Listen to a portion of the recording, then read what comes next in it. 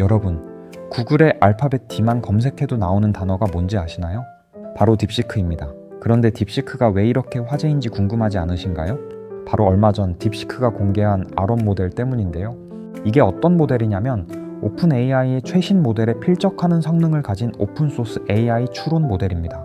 그런데 더 충격적인 건 이 모델이 미국의 빅테크 기업들에게 심각한 위협이 되고 있다는 겁니다. 그래서 오늘은 딥시크의 R1이 대체 뭔지, 사람들이 왜 열광하는지, 그리고 정말로 미국의 빅테크를 무너뜨릴 수 있을지 알아보겠습니다. 딥시크는 중국의 AI 스타트업인데요. 이 회사가 정말 대단한 일을 해냈습니다.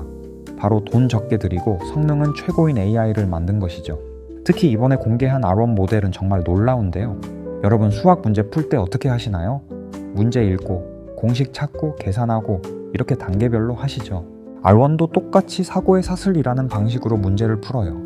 그래서 GPT-4보다도 수학 문제를 더 잘 푼다고 합니다. 재밌는 건 이 AI가 만능 해결사가 아니라는 겁니다. 마치 학원처럼 과목별로 전문가를 두었어요. 수학 문제는 수학 전문가가, 코딩은 코딩 전문가가 푸는 식이죠. 이런 방식 덕분에 비용은 확 줄이면서도 성능은 그대로 유지할 수 있었습니다. 이 소식을 들은 오픈AI의 샘 알트먼은 얼마나 당황했으면 급하게 새로운 AI 시스템인 오퍼레이터를 내놓았다고 하죠. 그렇다면 딥시크 R1이 이렇게 성공할 수 있었던 이유는 뭘까요? 바로 기술적 혁신에 있습니다. 그중 하나가 바로 MOA라는 기술입니다. 이 기술은 AI가 모든 데이터를 학습하는 대신 특정 문제를 해결할 때 필요한 부분만 골라서 학습하는 방식인데요. 예를 들어 수학 문제를 풀 때는 수학 전문가 모듈만 활성화하고 코딩 문제를 풀 때는 코딩 전문가 모듈만 사용하는 거죠. 이렇게 하면 계산량이 크게 줄어들고 비용도 절감됩니다. 또한 딥시크는 사고사슬 기법을 활용해 AI가 문제를 해결할 때 단계별로 생각하는 과정을 학습하도록 했습니다. 이건 AI가 문제를 해결할 때 단계별로 생각하는 방식을 학습하는 기법이에요. 예를 들어 수학 문제라면 공식을 적용, 계산, 답 도출 이런 순서로 해결 방식을 체계적으로 익히는 거죠. 이 기법 덕분에 AI는 더 똑똑해졌고 학습 비용도 크게 줄어들었습니다. 딥시크의 진짜 강점은 성능만이 아니에요. 오픈소스 전략이 그야말로 치트키였죠. 딥시크는 자신들의 R1 모델을 MIT 라이선스로 공개했어요. 이 말은 누구나 무료로 사용하고 수정하고 심지어 상업적으로도 활용할 수 있다는 뜻입니다. 게다가 API 비용도 말도 안 되게 저렴해요.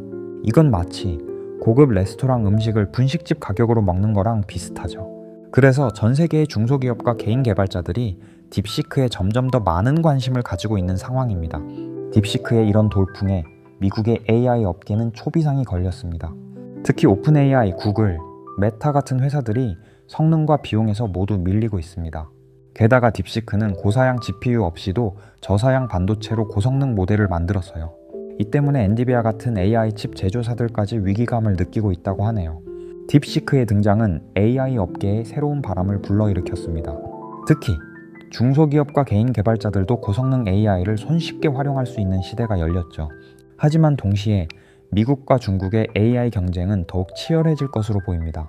미국은 5천억 달러 규모의 스타게이트 프로젝트를 시작했고 중국도 딥시크 같은 혁신적인 기업들로 AI 기술을 빠르게 발전시키고 있죠. 결국 이 경쟁이 AI 기술 발전을 가속화하겠지만 데이터 프라이버시나 윤리적 문제 같은 부작용도 커질 가능성도 있습니다. 여러분은 딥시크 R1에 대해 어떻게 생각하시나요? 딥시크의 성공이 AI 산업에 어떤 변화를 가져올지 댓글로 여러분의 의견을 남겨주세요.